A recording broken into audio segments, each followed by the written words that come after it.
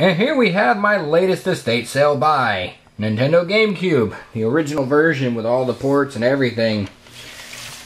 $25 with 2 wireless controllers and cables, 2 memory cards, and 2 games. Super Smash Bros. Melee and one of the Zelda multi-packs. Only the Zelda one works because apparently the previous owners decided to scratch the living crap out of the games.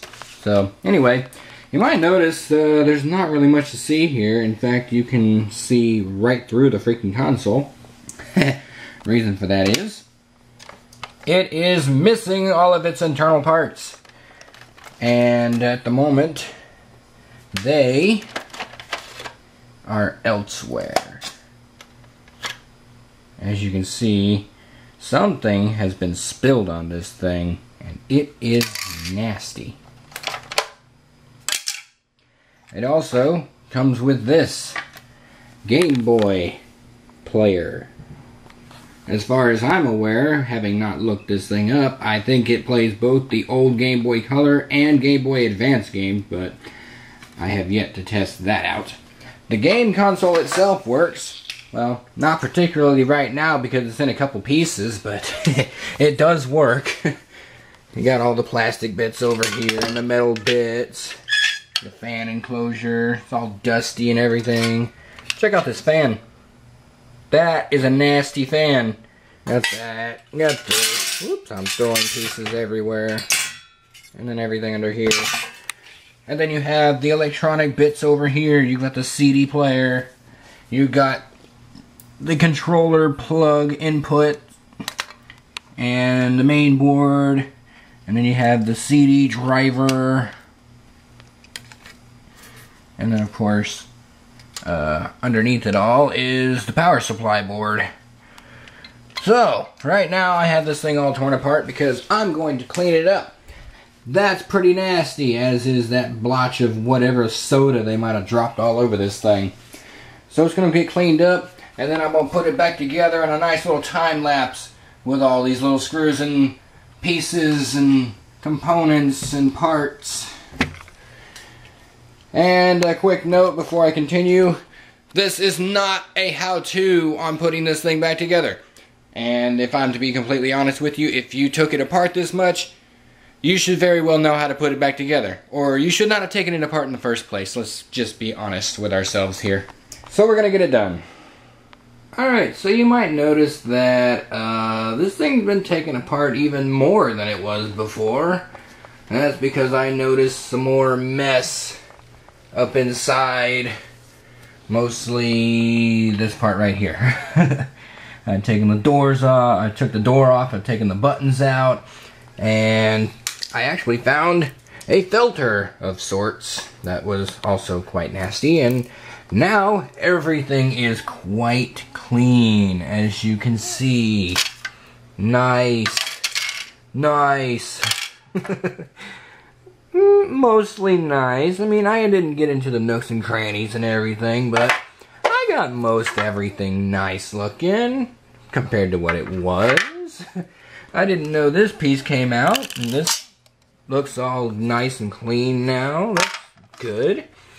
And the fan is over here running, connected to the power supply, because when I first hooked it up, it wasn't turning at all. In fact, it was difficult to even turn by hand. So I hooked it up to the power supply, spun it up, got it running, and now it is working nicely. I can turn the power button off here. And yeah, I couldn't do this before. It wouldn't move. I had to actually force it to move, and now it's quite well working. So there's that. And I'm going to go ahead and disconnect that because it's not ready to be plugged in yet. And we'll put this over here with this. And we'll do that. So now I'm going to start putting everything back together. And that is going to be fun.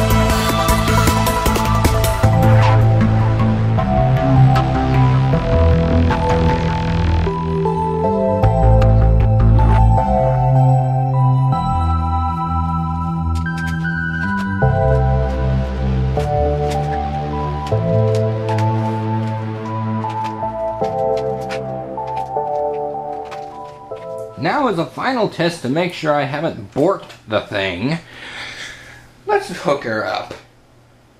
Aw. I had the battery disconnected, so it reset everything.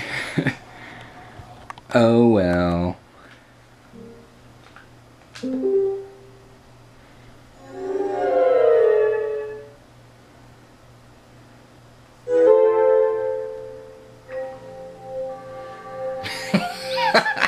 It is August 19th, 2049 at 6:16 in the morning.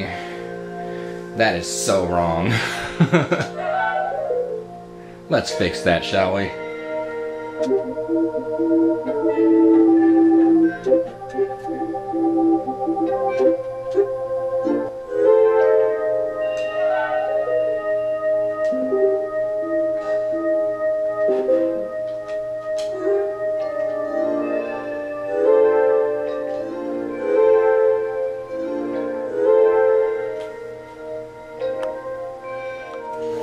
Let's get a disc.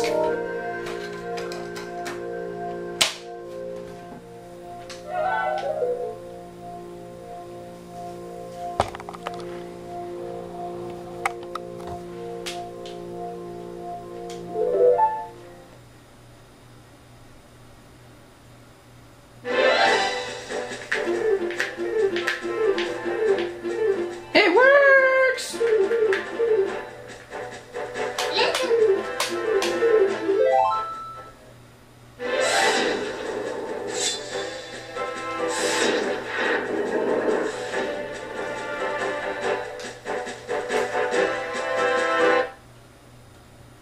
Cool!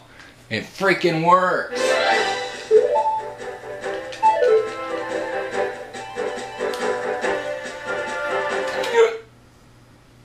And now it gets shut down because this video is over.